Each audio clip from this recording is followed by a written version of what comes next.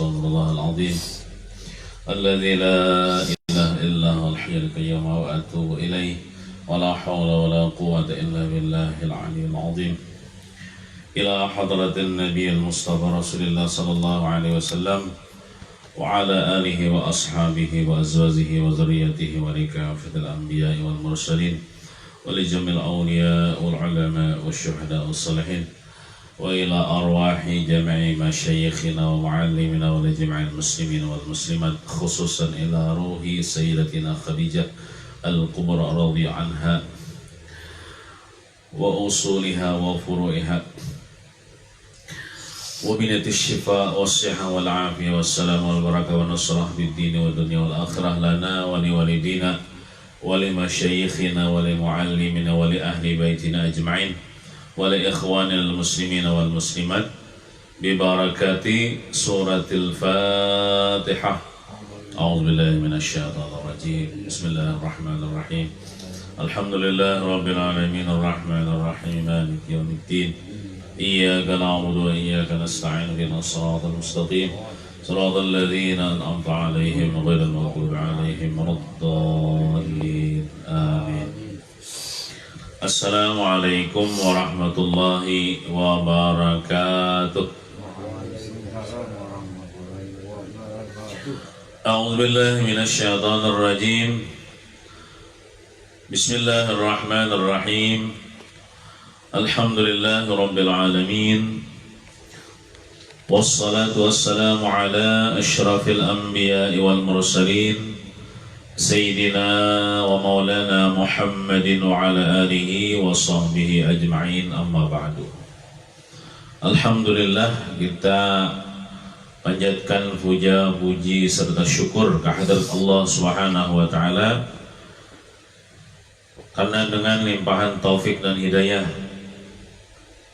serta inayahnya jualah dapatlah kita berhadir kembali di majelis ini untuk sama-sama kita menuntut ilmu agama dan mendengarkan akan riwayat hidup Siti Khadijah atau keluarga Siti Khadijah. Mudah-mudahan kegiatan kita ini diberkahi dan dirahmati dan ridho oleh Allah Subhanahu wa taala dan menjadikan sebab kita mendapatkan syafaat daripada sahibul manaqib yaitu Siti Khadijah, dan tentunya mudah-mudahan mendapatkan syafaat daripada suami beliau yaitu Rasulullah sallallahu alaihi wasallam. Amin ya rabbal alamin. Kemudian salawat serta salam semoga senantiasa Allah sampaikan, Allah curahkan kepada junjungan kita Nabi besar Muhammad sallallahu alaihi wasallam dan juga kepada keluarga beliau, sahabat, kerabat, zuriat dan orang-orang yang mengikuti jejak langkah beliau mulai dulu dan sekarang ila yaumil qiyamah.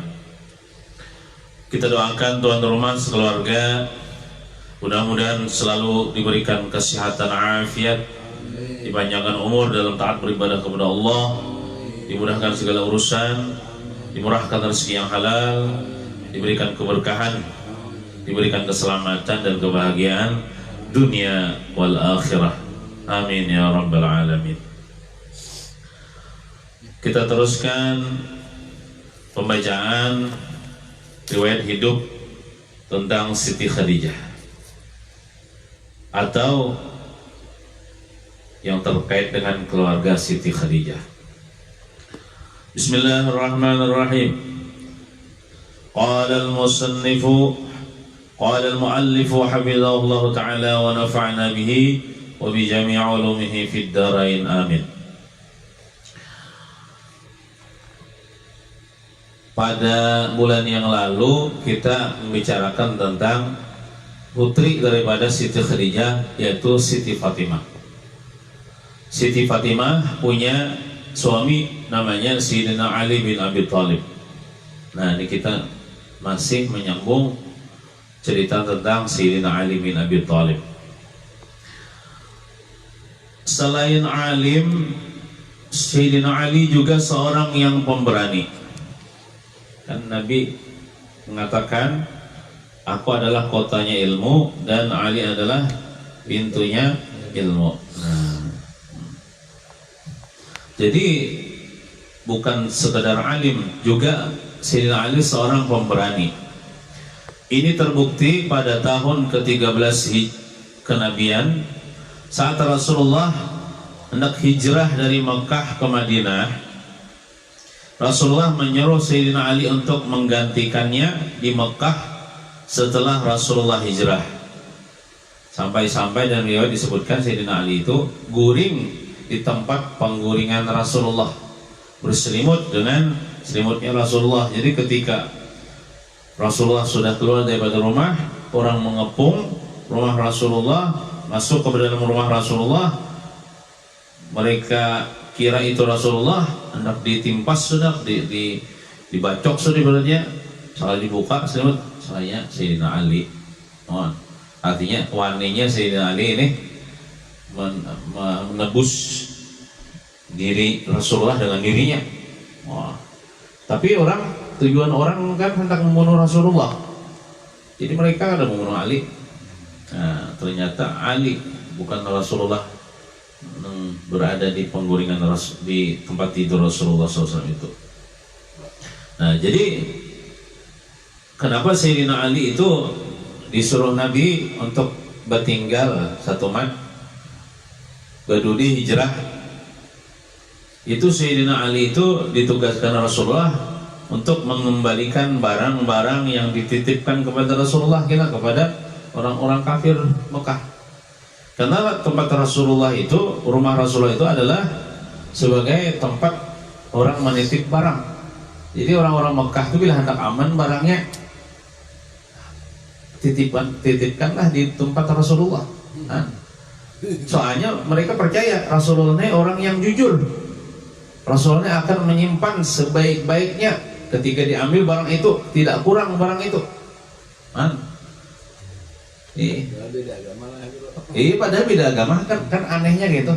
Mereka percaya dengan kejujuran Nabi, tapi mereka kan mengakui Nabi sebagai, bukan mereka itu kan percaya lah sebenarnya di hati mereka itu ada percaya cuman karena sombong lalu kadang mengakui kebenaran. Nah jadi karena Sayyidina Ali ini kena mengembalikan barang-barang orang yang contohnya barang milik Abu Jahal kah, Abu Lahab kah, kembalikan. Rasulullahnya sudah tidak ada lagi di rumah. Nah itu. Ketika Rasulullah sampai di Madinah, beliau memerintahkan salah seorang sahabat untuk menulis surat. Nabi kan Nabi yang ummi, sini kita bisa nulis. Jadi bila Sidin Nusa itu nyuruh sahabat yang bisa nulis. Nabi yang ummi itu kita bisa menulis tulisan dan kadang bisa membaca tulisan. Cuman kalau membaca Quran hafal fasih, paling fasih Nabi itu. Supaya apa? Supaya tidak dikatakan Quran itu buatan Nabi Muhammad. Amunnya Nabi Muhammad ini bisa menulis, bisa membaca, kita daripada orang kita nyata aja. Nih itu buatannya seorang aja.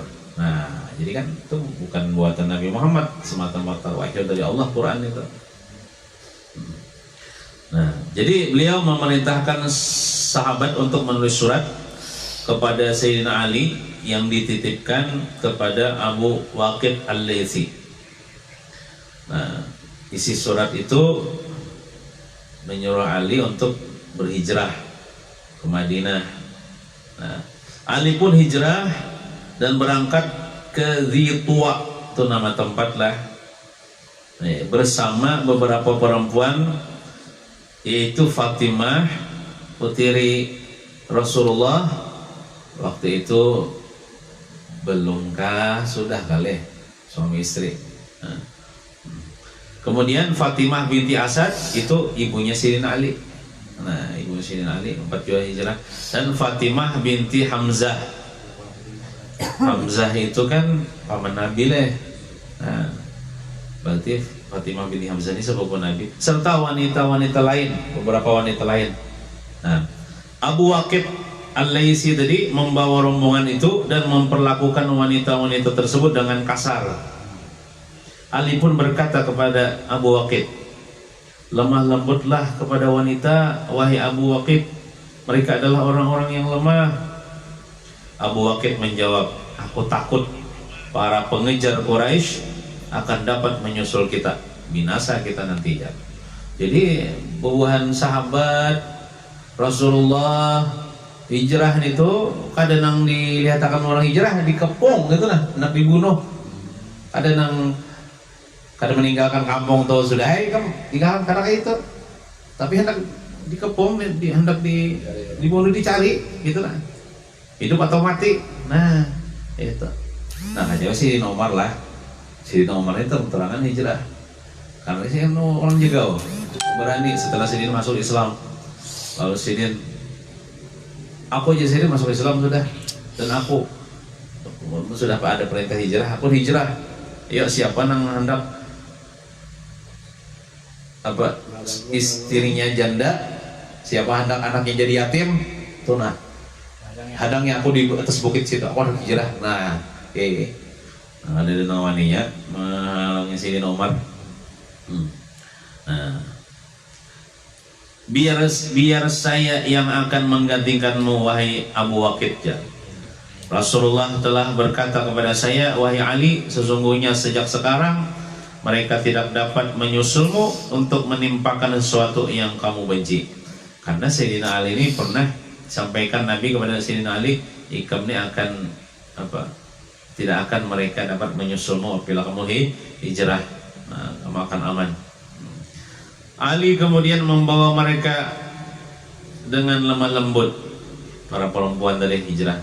Ketika ia mendekati Dajnan, itu ada nama tempat, ia tersusul oleh orang-orang yang mencarinya, yang terdiri dari 8 orang penunggang kuda. Dikepung lah, dicari, tetamu juga.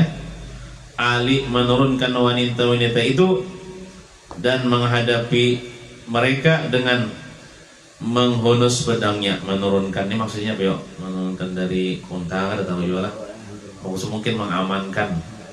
Lalu Sayyidina Ali kan Sayyidina sorangan lelakian Sayyidina menghadapi 8 ikung, 8 ikung menghadapi si ikung. Iya, Sayyidina Ali menyerang mereka dengan hebat bagaikan singa menyerang mangsanya, sehingga mereka menjauh darinya. Menjauh ya bang, tahu ada kan yang mati yang nyatanya tuh.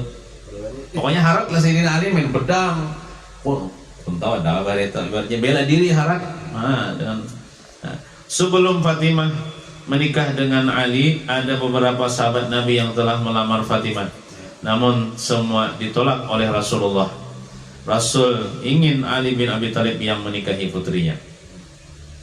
Ini kan kita membaca manaqib Siti Fatimah sebenarnya cuma tuh mau buat biasain Ali. Nah, kita sebenarnya membaca manaqib Siti Khadijah, tadi mau buat Siti Fatimah kan. Nah, tidak sampai 10 bulan setelah Ali dan Fatimah menikah, lahirlah anak mereka yang pertama.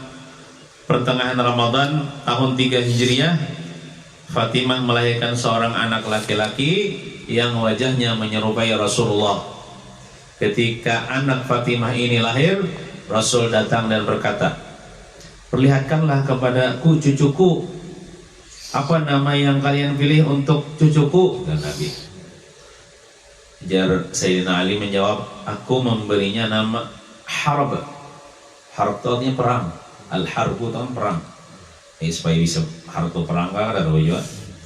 Jangan, kata Rasulullah, beri saja dia nama Hasan. Ya Nabi, Hasan itu artinya baik. Nah, pada hari ke-7 Rasulullah memerintahkan agar rambut Hasan dicukur. Kan sunatnya apa? Ba'akikah atau batasmiyah di hari ke-7 kelahiran. Lawan jadi dicukur rambutnya. Nah, kemudian Ali menyedekahkan perak seberat rambut yang dipotong itu. Jadi sunat bila kita batasmiyah anak kan dipotong rambutnya.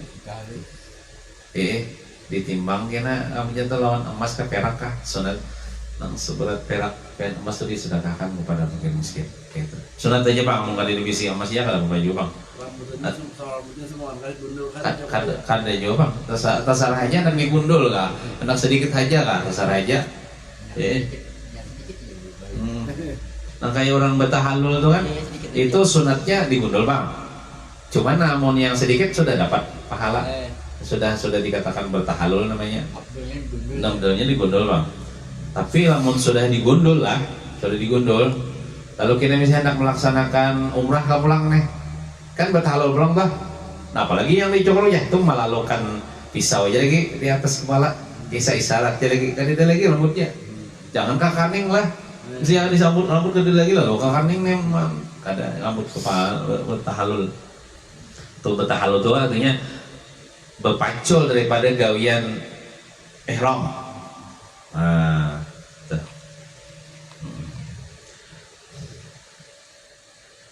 pada hari itu juga, maksudnya pada hari ke-7 kelahiran Hasan bin Ali, 2 ekor kambing disembelih dan dagingnya dibagi-bagikan kepada fakir miskin. Akikah, lalakian kan 2 ekor kambing.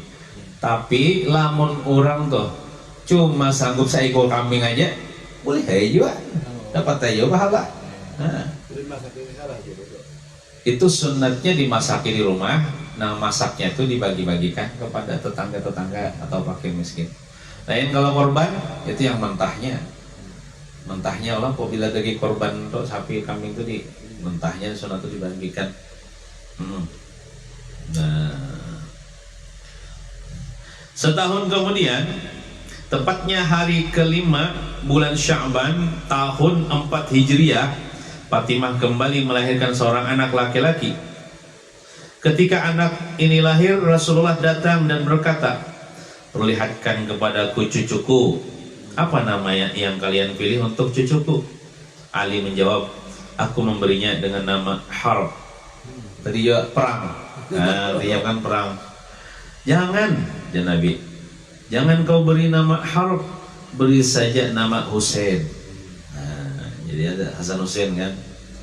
Nah, ulun ada baca dalam kitab Al-Anwarul Muhammadiyah yang ditulis oleh Syekh Yusuf bin Ismail An-Nabhani. Sekalinya ada lagi anak Siti Fatimah nih, selain Hasan dan Husain itu ada lalakian Muhsin. Cuma ada terkenal tuh meninggal waktu kecil ya. Nah itu ada dalam riwayat. Nah, kalau Hasan Husain ini kan sampai besar, sampai menikah. Itu yang menurunkan zuriat-zuriat Rasulullah sampai saat ini. Nah,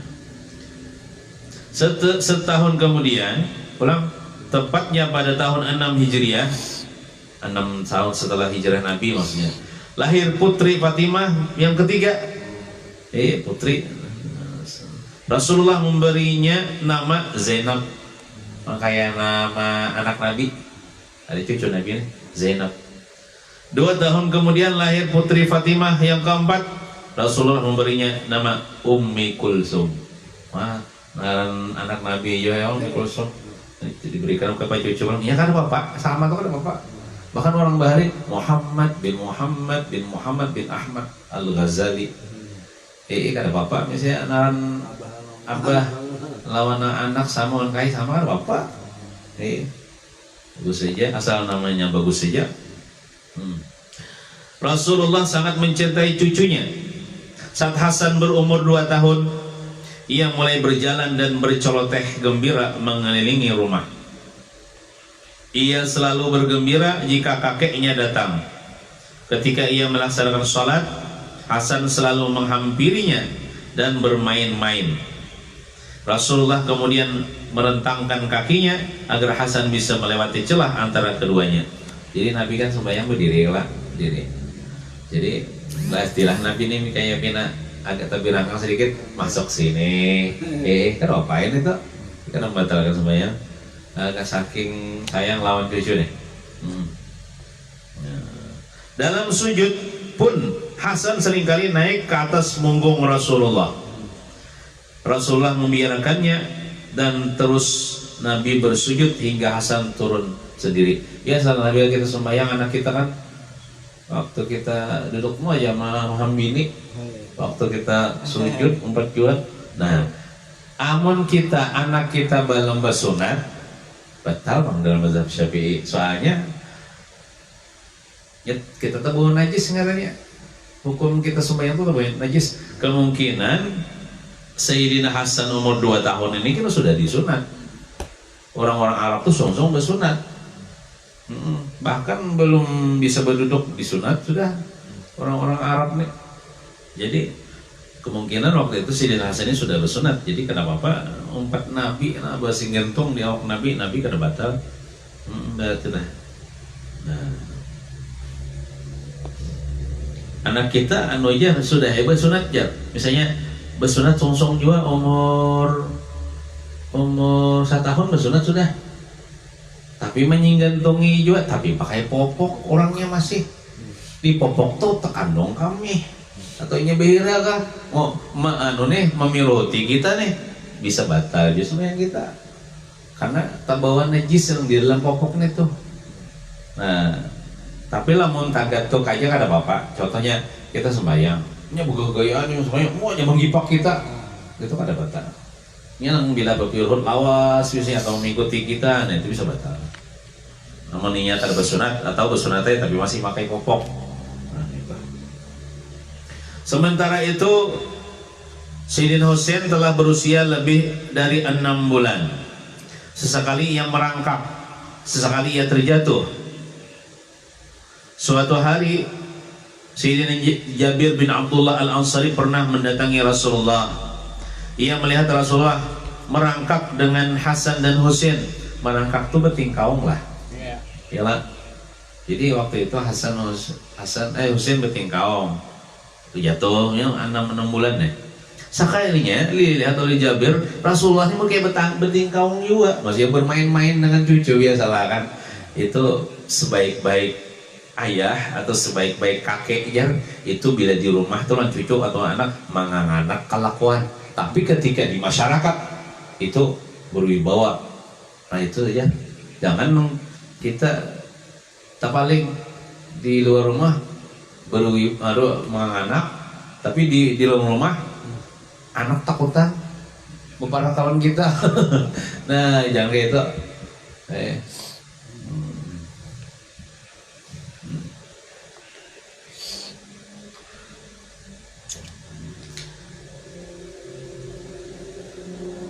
Ia melihat Rasulullah merangkak dengan Hasan dan Husain berada di atas punggung dia. Nah, malah Rasulullah nih bertingkaung tuh Hasan Husain naik ke atas kayak bawa kudaan dong. Nabi saya jadi kudanya. Melihat hal itu Jabir berkata, sebaik-baik tunggangan adalah tunggangan kalian wahai Hasan dan Husain. Dan sebaik-baik penunggang adalah kalian berdua. Ini ketiganya ini orang-orang hebat nih. Ketiganya ini Rasulullah hebat, Hasan Husain hebat. Nah, kita kayak itu juga di rumah tangga kita nih. Kita bergaya lawan anak kita, lawan cucu kita misalnya. Jangan menceleng terus lawan anak cucu kita. Takutan nih ya. Nah, yang bagus itu terutama ya nah, abah ya bagus itu. Kadang nang beliau lagi itu bukanya, nah itu. Nah, Rasulullah kayak itu sini. Abu Buraidah menceritakan suatu hari Rasulullah berkhutbah. Ini waktu berkhutbah Rasulullah. Tiba-tiba datang Hasan dan Husain, masih kecil nih. Keduanya mengenakan baju warna merah. Masuk ke dalam masjid, kira-kira lah, karena berkhutbah di masjid. Rasulullah pun turun dari mimbar dan menggendong dan mendudukkan mereka berdua di hadapannya. Bolehlah kayak itu ya, baru soalnya apa yang dilakukan sini nih itu wahyu dari Allah, ada salah. Kita apa enggak itu ya?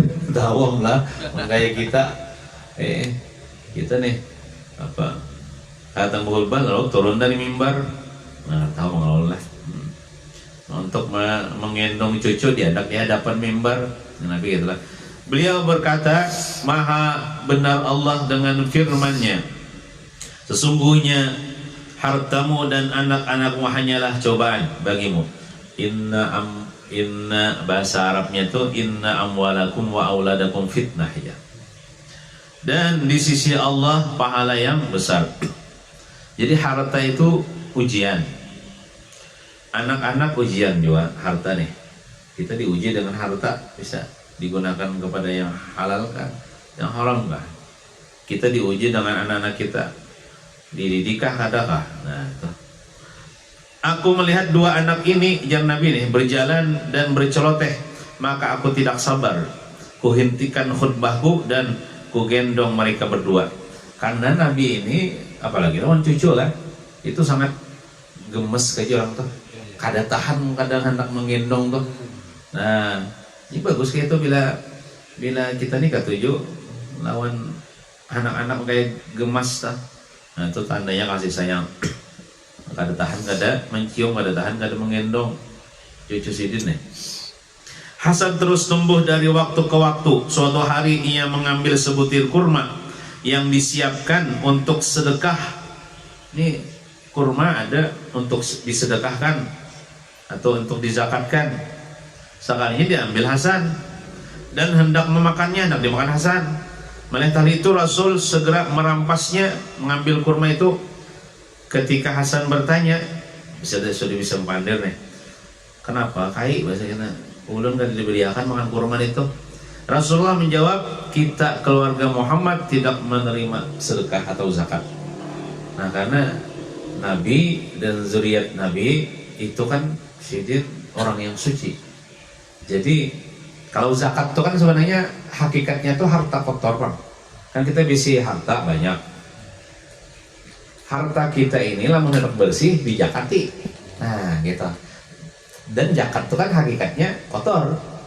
Dan kotor itu kada pantas bagi Nabi Muhammad dan keluarga Nabi Muhammad. Maka jadi dalam hukum fikih bubuhan keluarga Nabi Muhammad, bubuhan habaib syarifah nih kada boleh menerima zakat. Kada boleh mana. Jadi bila kita hendak bantu itu berhadiah ya. Berhadiah aja lawan mereka. Kalau hadiah Nabi menerima. Tapi kalau zakat itu Nabi kada menerima. Gitu.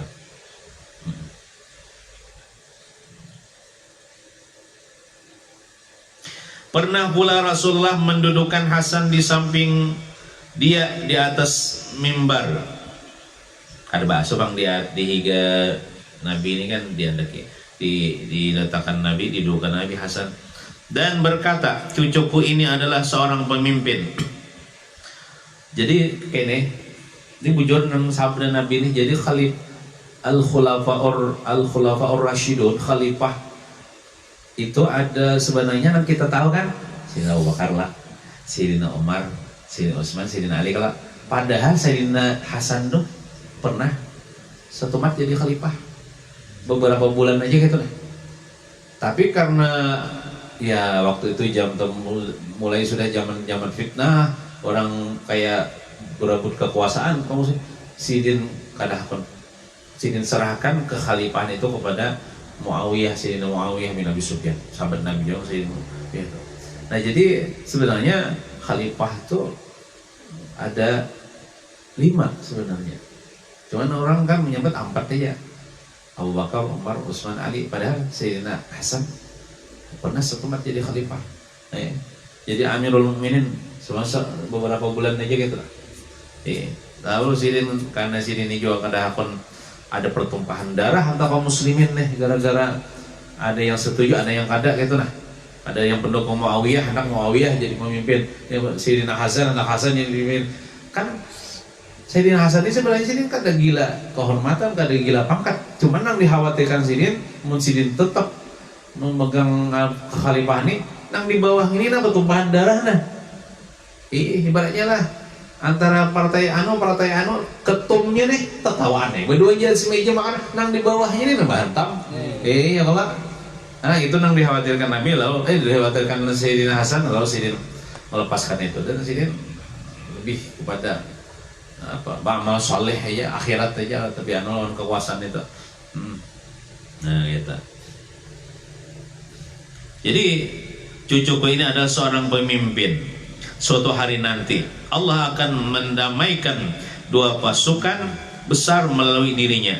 Nah, jadi mungkin ada kejadian yang terjadi nang 2 pasukan ini bina hendak berkelahi, lalu Sayyidina Hasan pun mendamaikan. Ketika Hasan dan Husain semakin kuat, semakin besar, semakin dewasa, Rasulullah pun mengajarkan kepada mereka berbagai macam olahraga dan bela diri.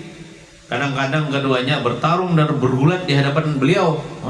Cucu kada bakal lah berlatih bergulat. Nabi itu sebenarnya ahli gulat. Nabi itu pernah bergulat sih lawan sahabat.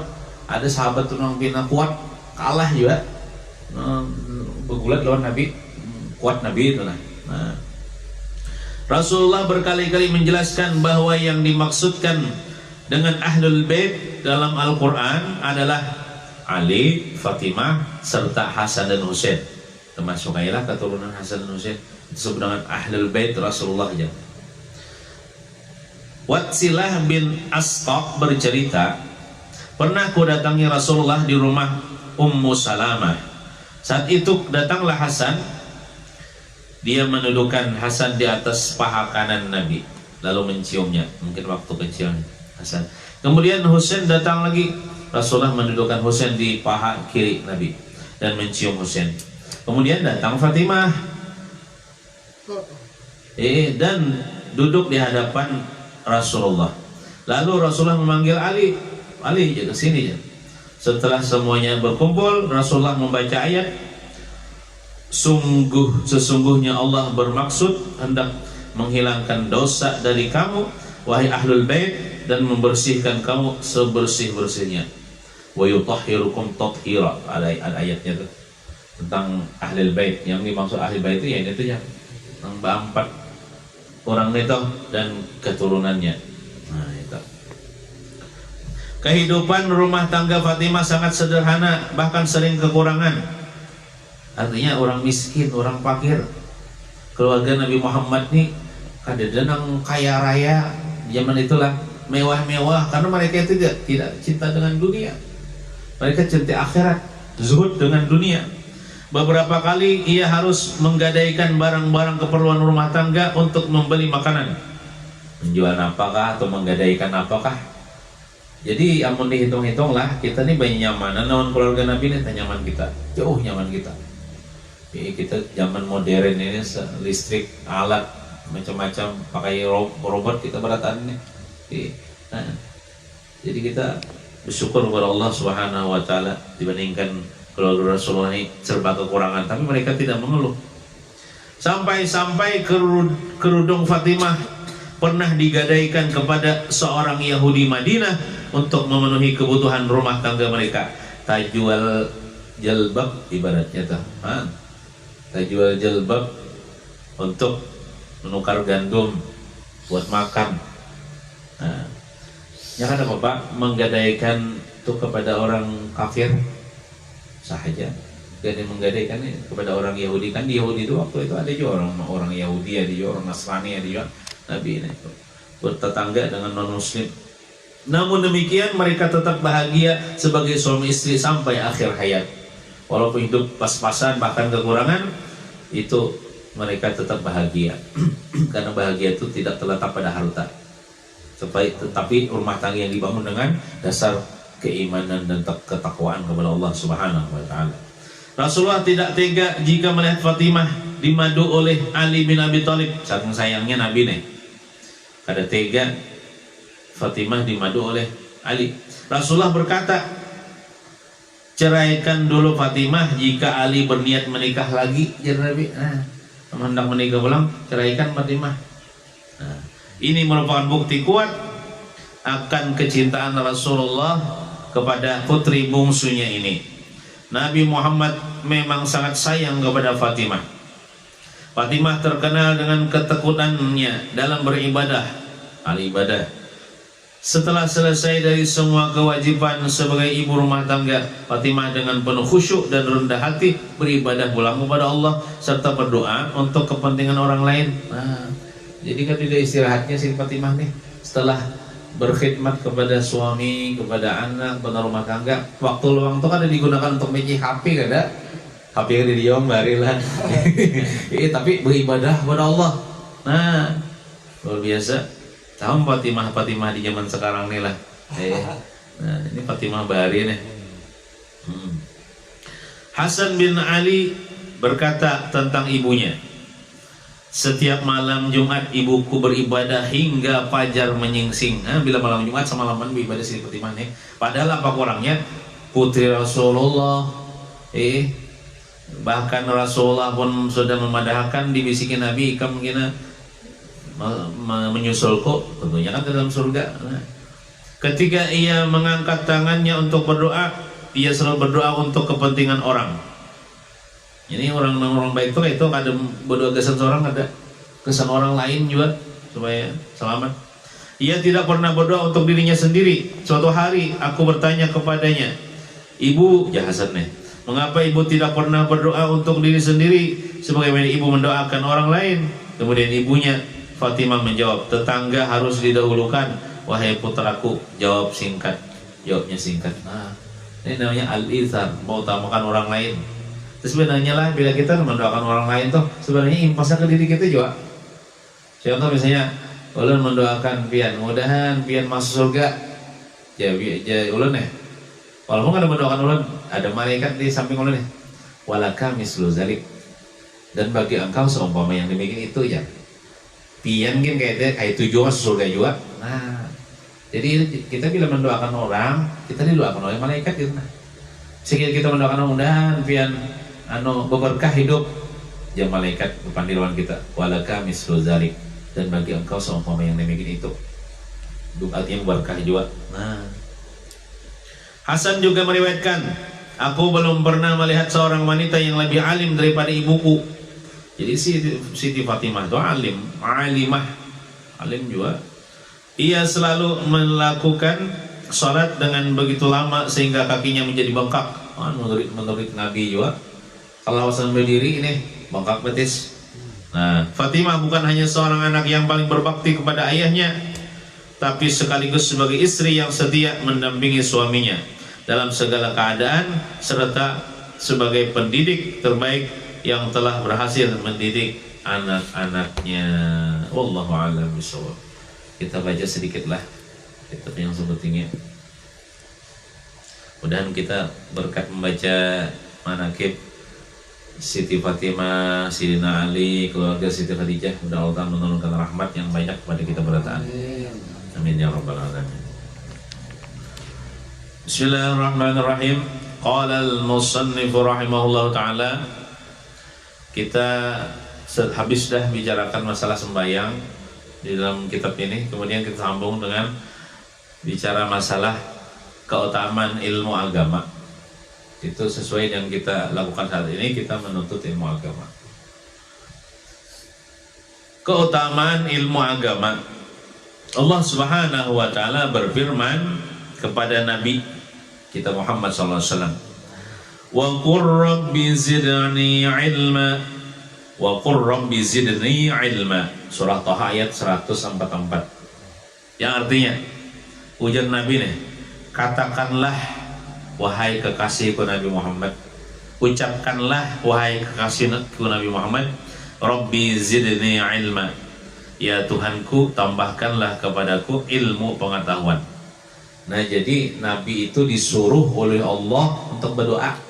Doanya Rabbi zidni ilma, ya Allah beri tambahi bagi ulun ilmu agama.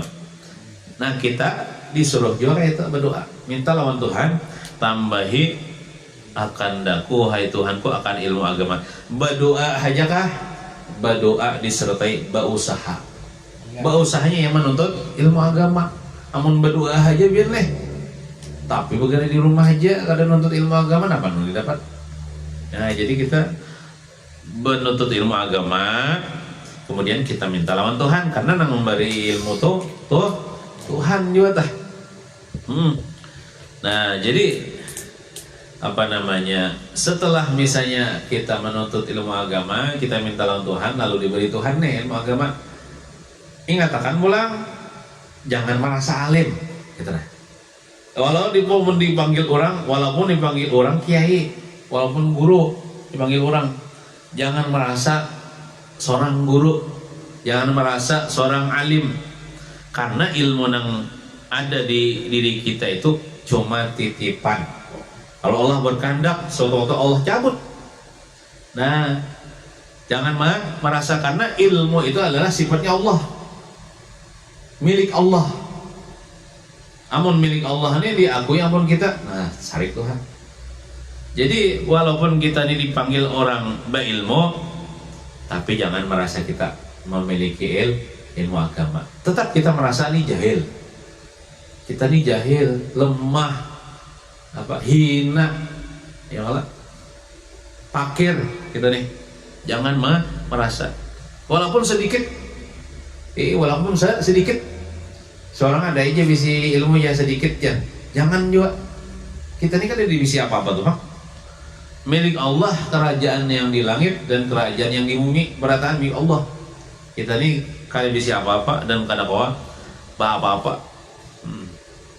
Nah, dalam ayat ini Allah memerintahkan nabinya Nabi Muhammad agar memohon tambahan ilmu, karena hal itu adalah sesuatu yang paling mulia dan kebaikan yang tertinggi. Jangan hendak minta harta ya. Namun harta tidak disertai dengan ilmu agama bisa menggunakan kepada yang haram. Nah, minta ilmu agama. Jadi yang memberi ilmu agama itu hakikatnya Allah, bukan guru. Guru itu menyampaikan aja,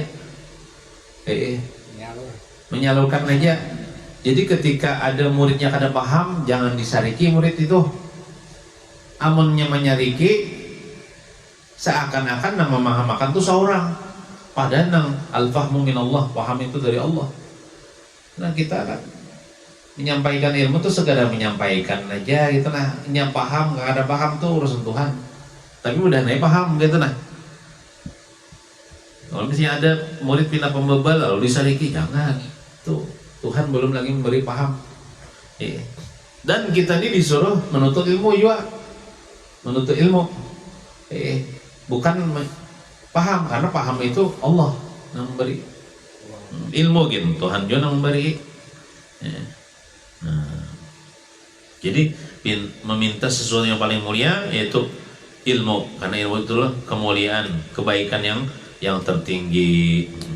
Orang tuh biar miskin tapi berilmu, dia mulia di sisi Allah, mulia di hadapan manusia. Tapi orang itu tanpa ada ilmu walaupun sugih itu kada mulia di sisi Allah, kada mulia di sisi manusia. Seandainya ada manusia memuliakan, itu manusia-manusia penjilat. Manusia-manusia penjilat.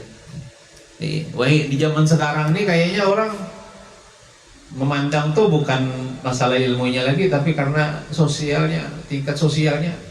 Asal sugih aja deh, biar kada mengerti agama, ia dihormati orang. Orang sugih ini biarlah bakantut tuh. Tut ya bakantut. Nah, Bapak sehat, Bapak alhamdulillah Bapak sehat. Tapi kalau orang miskin bakantut, wah, bau bangkai lalunya. Sudah miskin bakantut belum baunya. Sebenarnya sugih kah miskin kah? Bakantut tadi itu nang harumnya. Iya, bahkan orang sugih itu makanan nyaman-nyaman bisa kantutnya bau anu. Nah, gitu.